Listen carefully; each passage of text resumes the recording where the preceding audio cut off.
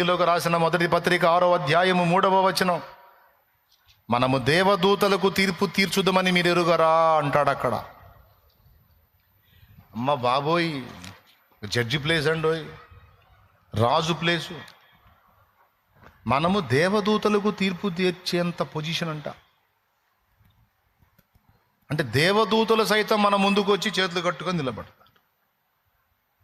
మరి అంతే, ఆయన రాజు యేసయ్య, ఆయన పక్కన కూర్చున్న పట్టమహిషి సంఘం రాణి. రాజు దగ్గర రాజదండం ఉంటుంది, రాణి దగ్గర కూడా రాణి దండం ఉంటుంది. పౌరులందరూ రాజుకి ఎంత విలువ ఇచ్చారో రాణికి అంతే విలువ ఇవ్వాలి. స్తోత్రం. మీకు తెలుసా, కొన్ని రాజ్యాలను రాణులు పరిపాలించారు, కొన్ని రాజ్యాలను రాణులే పరిపాలించారు. ఎంతమందికి తెలుసో? మనం ఎరగనయ్యా, పాత సినిమాలు మనం చూడనయ్యా. అది కొన్ని రాజ్యాలను రాజులు కాక రాణులు. రేపు క్రీస్తు పక్కన మనం కూర్చుంటే, ఆయన దేవుడు, ఆయన పక్కన దైవములు అన్న మెట్లో మనం కూర్చుంటాం. ఆయనకున్న అధికారము మనకు కూడా ఉంటుంది. దూతలు ఆయనకి ఎంత రెస్పెక్ట్ ఇస్తారో మనకు కూడా అంతే రెస్పెక్ట్ ఇస్తారు.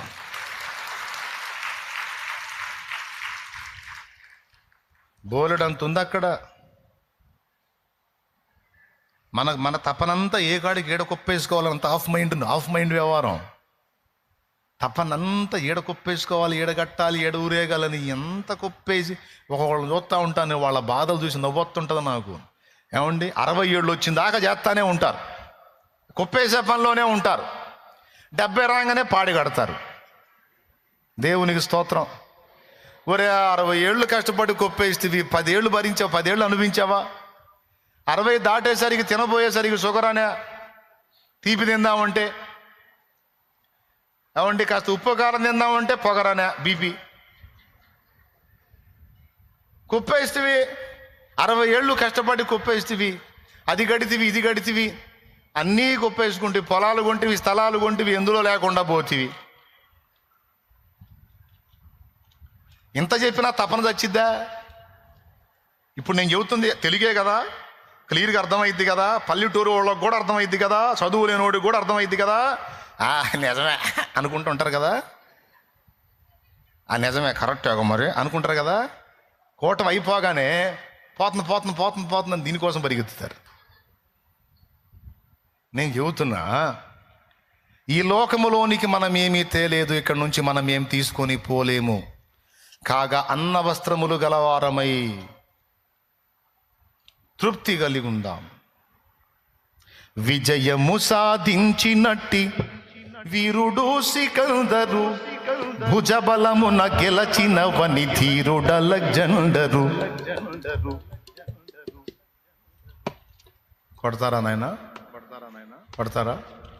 విజయము సాధించినట్టి వీరుడు సికందరు, భుజబలమున గెలచిన వని ధీరుడ అలెగ్జాండరు.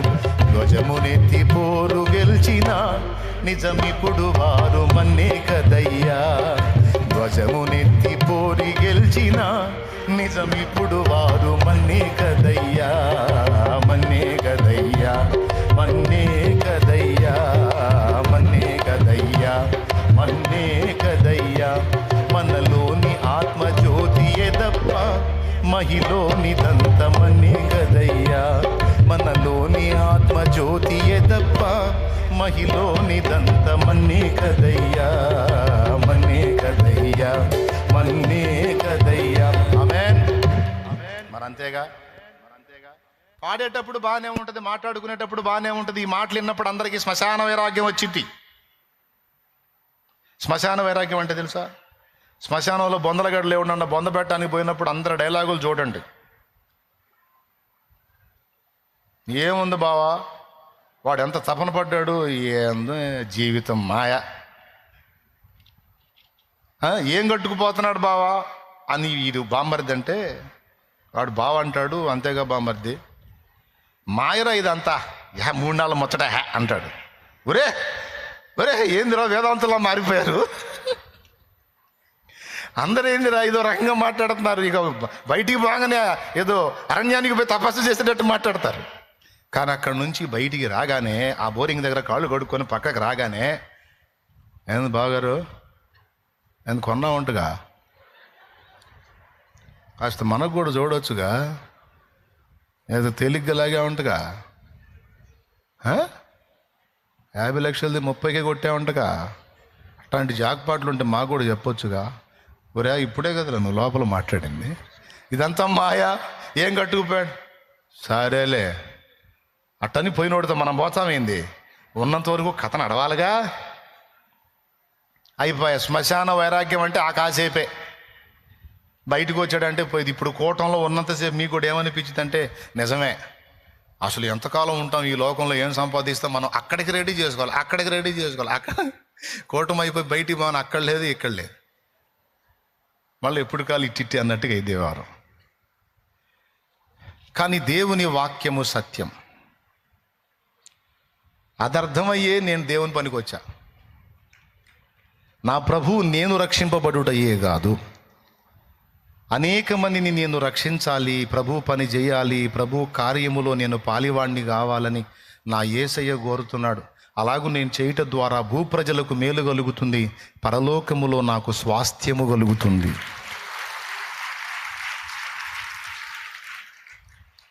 ఈ స్వాస్థ్యము మన ప్రయాసతో దొరుకుతుంది, అది గుర్తుపెట్టుకోవాలి.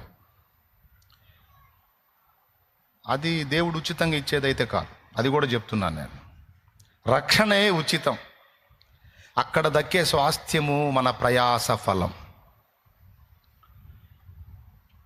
మన పనికి జీతం. రక్షణ జీతం కాదు, రక్షణ దానం. అందరు చెప్పండి, మనకిచ్చిన ఆత్మరక్షణ దేవుని దయాపూర్వక దానం. కానీ జీతము పని చేసినోడికి ఇస్తారు. ప్రభు ఏమన్నాడు, జీతం తీసుకొస్తున్నాను అన్నాడంటే పని చేయండి. ఎవడు ఎంత చేస్తే అంత జీతం. ఒక పూట చేస్తే 800 కూలి అనుకోయా, 400. 2 పూటలు చేస్తే 800, డే అండ్ నైట్ చేస్తే 1600. వారం చేస్తే 756, 5600. నెల చేస్తే 3 నెలలు 24,000. ఎవరు ఎంత చేస్తారో అంత జీతం. కొంతమంది చర్చికి నాజూగ్గా వస్తారు, బాత్రూంలో కూడా అఫీషియల్కి వెళ్తారు. ఇటు పుల్లాటు తీసేయరు. వీళ్ళకి ఎందుకు ఇవ్వాలి జీతం దేవుడు? చర్చికి వచ్చిపోయినందుక, బాగా బాత్రూమ్ వాడినందుక?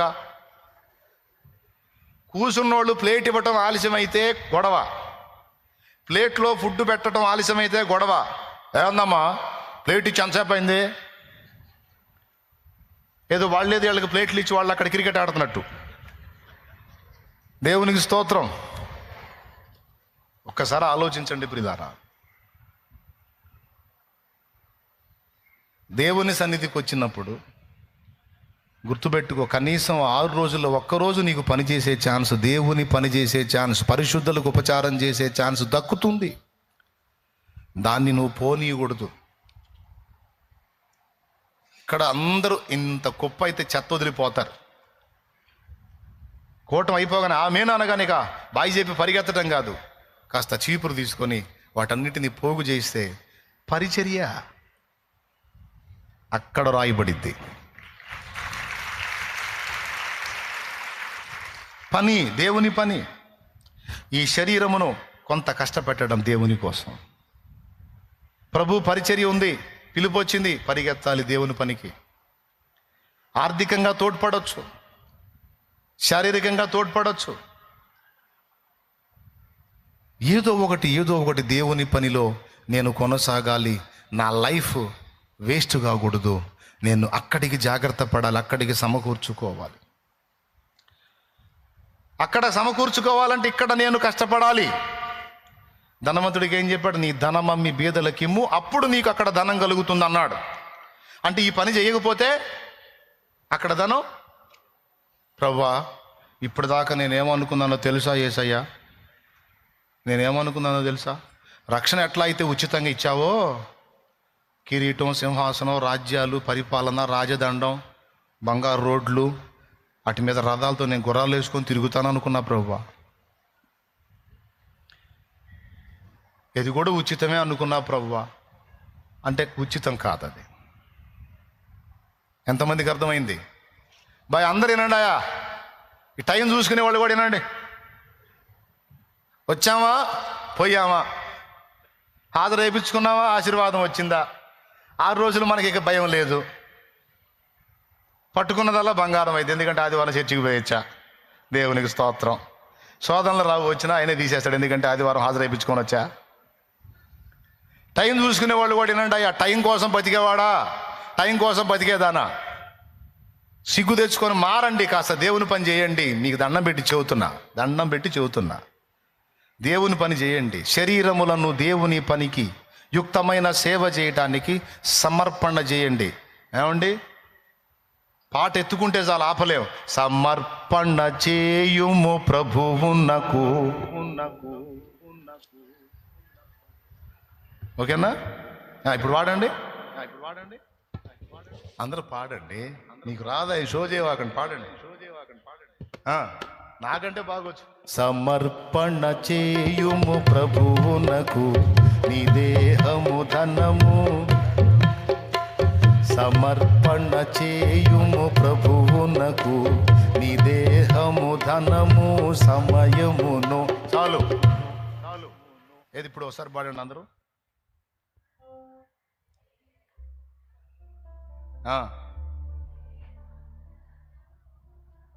మీరందరూ కలిసి నాకు చెబుతున్నారు. మీరేమంటారు? నీ దేహమును, నీ సమయమును. దేవుడి కృప వల్ల నేను అవన్నీ చేశా, కాబట్టి ఇప్పుడు నేను ఒక్కడిని పాడతా, అది మీకు వర్తిస్తుంది. సమర్పణ చేయుము ప్రభువునకు మీ దేహము ధనము సమయమును. సమర్పణ చేయుము ప్రభువునకు నీ దేహము ధనము.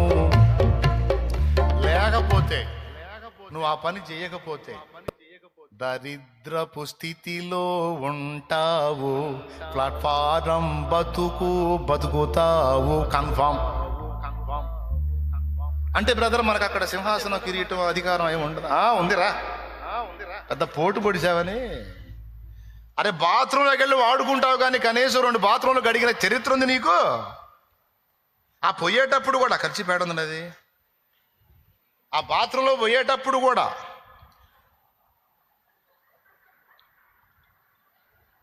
పెట్టుకొని బా. ఏనాడన్నా 2 బాత్రూంలు గడిగా? ఎప్పుడన్నా ఒళ్ళొంచి?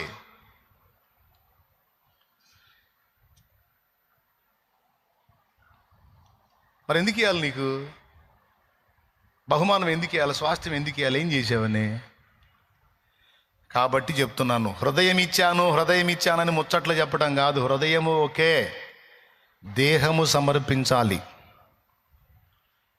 అర్థమైందా? పరిశుద్ధమును అనుకూలమును అయిన సజీవ యాగముగా మీ శరీరములను ఆయనకు సమర్పించుకొనుడని మిమ్ము బ్రతిమాలుకొనుచున్నాను.